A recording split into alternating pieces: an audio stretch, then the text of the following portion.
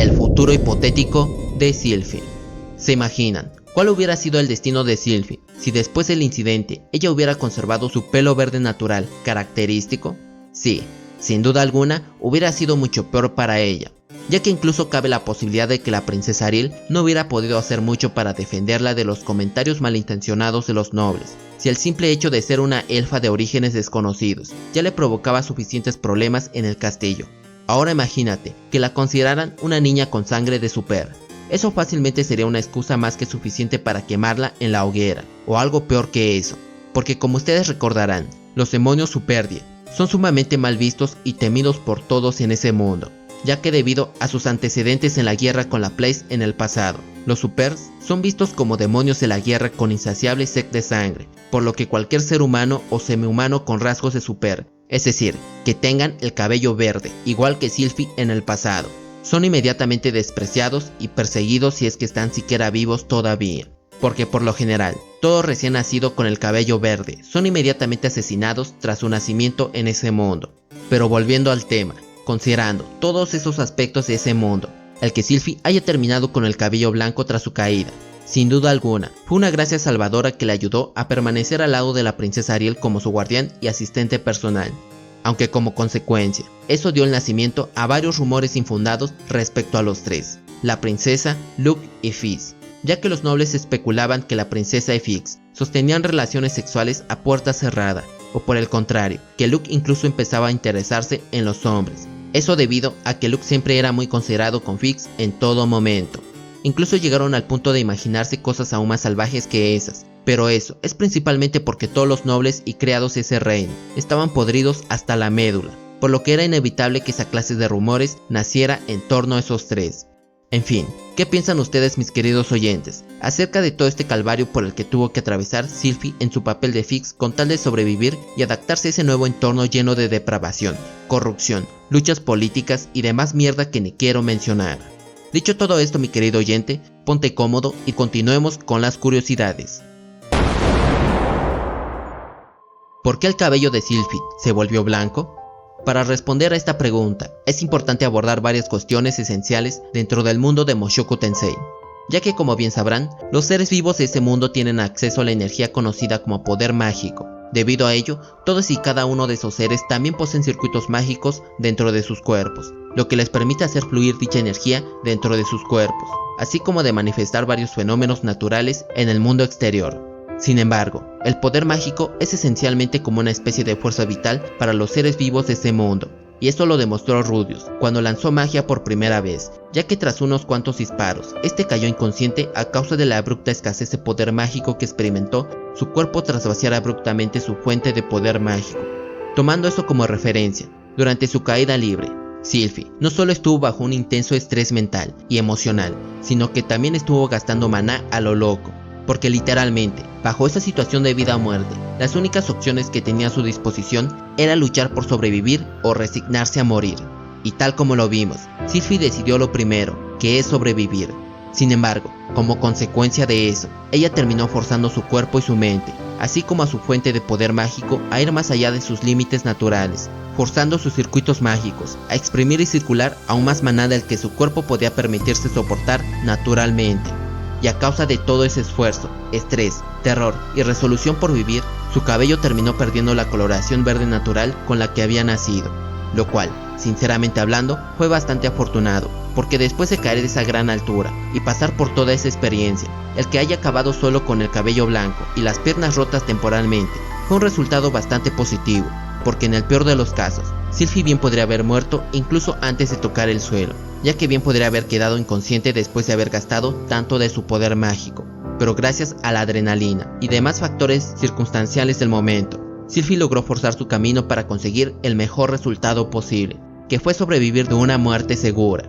No obstante, ella no sobrevivió por pura casualidad, sino debido a varios factores tanto externos como internos. Es decir, ella era una maga sumamente competente. No solo podía dominar hechizos intermedios y avanzados a su edad, sino que también había logrado romper los paradigmas de ese mundo, al aumentar la cantidad de poder mágico con la que había nacido, porque si bien recordarán, antes de que Rudius llegara a ese mundo, la gente creía que el poder mágico no era algo que se podía incrementar artificialmente, sino que era algo que simplemente ya estaba establecido desde tu nacimiento.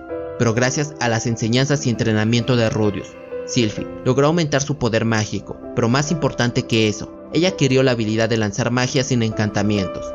Sumado a su fuerte deseo por vivir y la fuerza de su propio destino, Sylphie logró lo que técnicamente solo unas muy pocas personas dentro de Mushoku Tensei podrían haber logrado en su situación, porque sinceramente hablando, en ese momento, ella estaba tan aterrada que lo único que quería hacer era gritar y escapar de la realidad por inútil que fuera, porque a pesar de soltar varios gritos ahogados al principio, rápidamente se vio forzada a incluso reprimir sus propios gritos, porque debido a la fuerte resistencia del viento ante su caída libre, las fuertes corrientes de aire ahogaban literalmente su voz, haciéndola perder oxígeno en el proceso.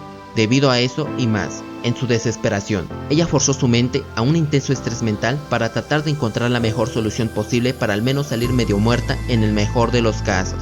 Y para lograr ese mínimo resultado, exprimió su cerebro para recordar todos los conocimientos que su maestro Rudeus le había enseñado en el pasado. Solo que bajo esa terrible situación, ni siquiera tuvo la capacidad mental para recordar siquiera el nombre de su maestro. En su lugar, ella experimentó una epifanía. ¿Cómo hacían las aves para montar el cielo? Con la ayuda del viento, por supuesto. Y en un intento frenético por detener su caída, Sylphie intentó simular a una ave. Pero lógicamente, para un ser humano, aquello era simple y sencillamente imposible de lograr por su propia capacidad, ya que para ello, el ser humano necesita de la ayuda de algo para lograrlo. Entonces, ¿qué demonios se suponía que debía hacer en ese caso, según su maestro? Pero, ¿qué le había dicho su maestro, en primer lugar? ¿Qué había hecho su maestro mientras experimentaba en el pasado? ¿Siquiera lo había logrado? No, no lo había hecho, porque era físicamente imposible. Entonces, ¿cómo demonios había evitado morir en el proceso? Con cada frenético pensamiento, Sylphie llegó a una respuesta.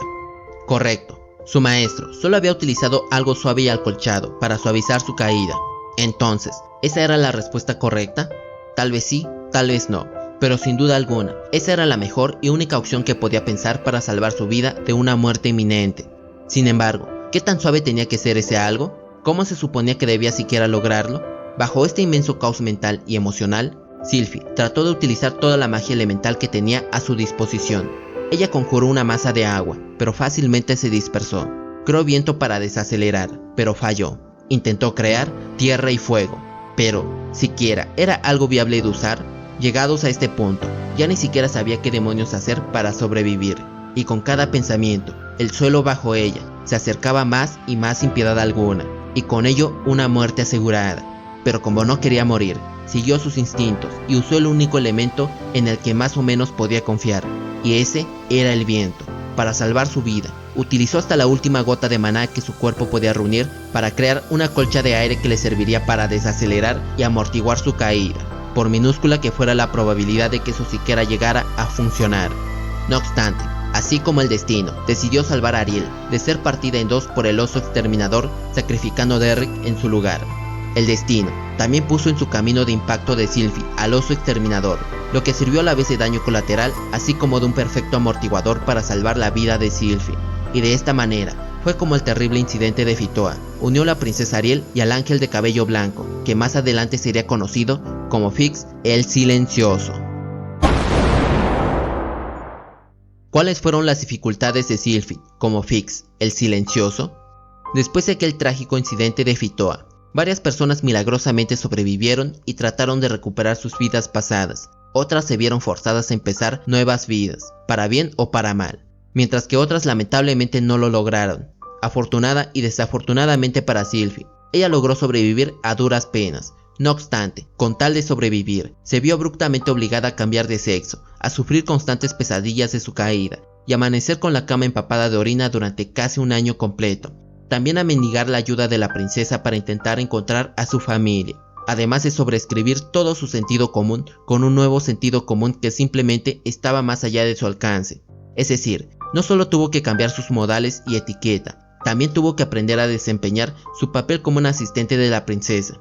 Por si fuera poco, incluso llegó al punto de tener que fingir ser un hombre con tal de sobrevivir al perverso, hostil y sangriento ambiente político del castillo del reino de Asura. Porque de no haberlo hecho, Sylphie fácilmente podría haber sido encarcelada o incluso ejecutada, solo por el simple hecho de haber entrado ilegalmente al castillo del reino, por accidental e incidental que hubiera sido ese hecho en primer lugar. Pero eso no es todo. incluso se hubiera sido perdonada gracias a haber salvado a la princesa Ariel. Eso no hubiera impedido que después de eso, algún noble codicioso y pervertido la hubiese convertido en su esclava sexual. Porque recordemos que ella no solo es excepcionalmente talentosa en la magia, sin mencionar su buen aspecto como una joven elfa, ella también es usuaria de magia sin encantamientos, un talento que sin duda alguna cualquier noble codicioso desearía por tener a su servicio, ya que eso significaría tener una excelente herramienta de protección y de matar en sus manos. Pero por si fuera poco, eso no solo la habría convertido en una herramienta conveniente, sino que definitivamente eso la habría encadenado al reino de Azura de por vida, lo que naturalmente significaría que no podría buscar a su familia y mucho menos volver a verlos nunca más, aunque estos hubieran sobrevivido milagrosamente. Y para saber si es que el Rubius impotente y deprimido siquiera se habría tomado la molestia de acordarse de ella, y mucho menos de rescatarla de ese hipotético destino. Teniendo todo eso en cuenta, es fácil imaginar que Sylphie hubiera tenido un trágico destino si es que la princesa Ariel no hubiera hecho todo lo posible para mantenerla a su lado. Bueno, aunque al final ella aún así terminó engañándola con lo de buscar a su familia y todo eso. Pero a fin de cuentas, la princesa Ariel la cuidó y apoyó lo mejor que pudo, aunque lógicamente no todo lo hizo por la bondad de su corazón, sino que también por sus propios intereses egoístas. Y bien, mi querido oyente, ¿qué te pareció toda la información que te acabo de compartir? Bueno, al menos espero que lo hayas disfrutado y que te haya ayudado a comprender mejor el trasfondo de esta increíble historia, ya que en última instancia, lo que el anime nos transmite no siempre es la verdad, y por tanto, creo que es importante conocer el lado de los hechos que la novela ligera nos ofrece. Dicho todo esto, deja tu like, comenta, suscríbete y comparte, ya que eso me ayudaría mucho. Y sin nada más que decir, nos vemos en el siguiente video y hasta la próxima.